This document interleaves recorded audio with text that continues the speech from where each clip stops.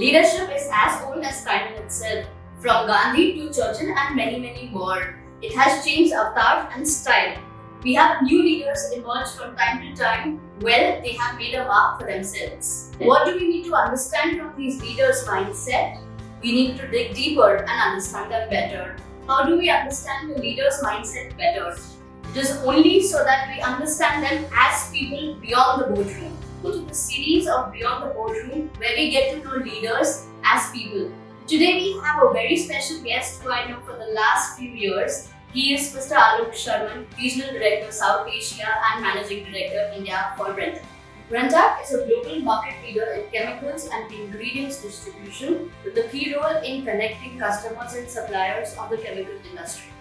Let's now dive into a conversation with Sharman ji. Sharman ji, a very good afternoon to you and warm welcome. Thank you for being here with us. My first question to you is, sir, it's been so long that I know you for almost 3.5, 4 years, and I don't know you as a person. I know you someone who is leading Brenntag. So tell me a little bit about yourself.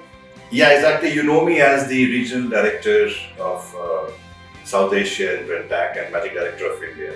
Okay, I'm a family man, very much. A wife. I think you have met my wife Yes, as well, Anupama. And my two lovely sons. I think both of you have met, right? Yes, I've met You've met my elder son, Shuman, who is a musician. Yes. He's a 27-year-old guy and very upcoming musician, getting to have his own genre basically, and tropical rap. And my younger son is into mass communication. He's finishing his graduation, who should be maybe heading over, and will become empty nesters soon. Both of me and my wife maybe heading over to Canada or something. Okay. That's my family. And of course, as I said, I spend time away from work with my family. On the weekends, I go around with them and see a movie or two here and there. I'm a movie buff as well. Go a little bit of window shopping. I don't know, right? Go to restaurants around. I love to play. I play tennis on the weekends. I think there's a ping pong table on my office as well. I love to, indulge with my office crowd here. I love music. And of course, reading is again a great hobby of mine. Read a lot of books as well. So that's how I spend. So, sir, you spoke about spending time with family. One memorable vacation that you truly cherish and remember, something that is offbeat. I have a lot of memorable vacations, in fact. One I would really, if you ask me top of the mind, was Ushuaia, which was in Argentina. It's called End of the World. I was in Brazil that time. And we flew to the end of the world in the southern hemisphere. Ushuaia is a place there, and we could see all the glaciers there, and penguins there, and the seeds there, and the lighthouse there. So we're actually at the end of the southern hemisphere there, and we had sledges going on, and all those sledges. Must be unreal. Huge, and we had basically snowfall having, and we were on the sledge, and the dogs leading the sledge and taking us all over there. It was like absolutely beautiful. Other than the vacation, any exciting thing that you've done with the family? Like you said, the older son is into music. One favorite genre, one musician that you are really fond of? I love music as such. So whether it is listening to ghazals, I love Ghulam Ali. In fact, I've seen his concerts and gone to his concerts. Fantastic. I love Maroon 5. Adam Levine is one of my favorite artists, so I love that as well. So I love Kishore Kumar, which is although Yesha Mastani and all those old songs. I love Hemant Kumar. So it's like, depends on the kind of music. See, even when I'm walking around the treadmill, depends on the mood which I am. So then I switch on to that kind of music which I start listening to. And of course, my son is my favorite artist right now and who is doing very well, and I hope he does very well in his tropical his new genre. Sure. He's my favorite artist. So if nothing else, I listen to him. What kind of lessons do you give youth right now to be a CEO like you in the future? See, I'm really very proud of my work ethics. Work hard, play hard. There's no compromise on dedicated work. See, when I tell my kids, and in fact, I go to a lot of these guest lectures in IIMs, etc.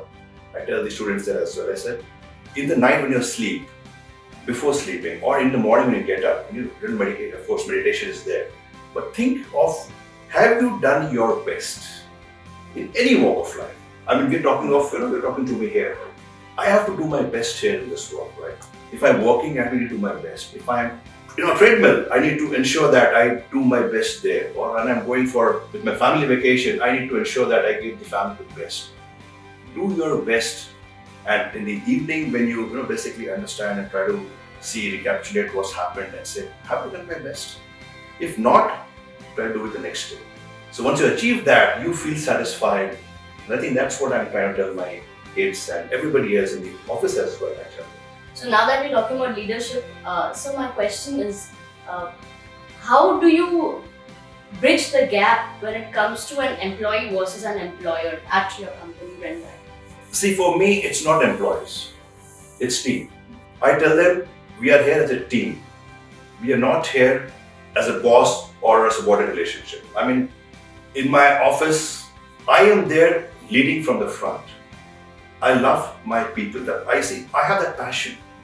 I have the passion, I have dedication. The same thing I want to inculcate in everybody else. So if you have the passion, if you have dedication, perseverance, you're going to achieve it. It's like in Brenntag also, even though we have a lot of divisions, a lot of BUs, a lot of, I would say, silos as well, but we work as one Brenntag. I ensure that in India or in South Asia, we are one Brenntag. And this team is what is helping me achieve. In fact, just for information, Brenntag India is doing fantastically well. We have grown 50% over last year, and that's how it happens. So that's a team which works. Individual don't work, I believe that. We can just help in leading or helping telling them or kind of coaching them to some extent, but it's the people which work, and people make organizations. If you don't have good people, organizations have. How do you keep your mental peace with you? What are the things and activities that you indulge in? I always believe, that's why I said in the office now I have a treadmill, I have a table tennis table, I have things like that, because I believe sports is very, very important. When you're playing as well, what happens is you forget for that moment, for that half an hour, 1 hour, you just leave everything aside. It helps you refresh your brain, mind, and you develop competitive spirit as well. If you're playing something or table, and you develop team spirit. You're playing cricket or football, you are as a team. You are competing, competitive spirit, and you're forgetting. So all three help you out. Similarly, as I said, I go for movies, sometimes relaxing, right? I just go for a walk. I love walking. Sometimes I tell my driver, I said, just stop the car here, I walk home, or I come to the office, something of that kind, reading something else. So that's what that helps me out. One song currently that resonates with your mood today? It could be anything. I mean, just said, Kishore Kumar, of course, is my great guy, and Hemant Kumar. Which one? We want to hear the song from you. It's not the evening as yet, but I mean, but I don't mind a little bit of Sure. It's Kishore Kumar.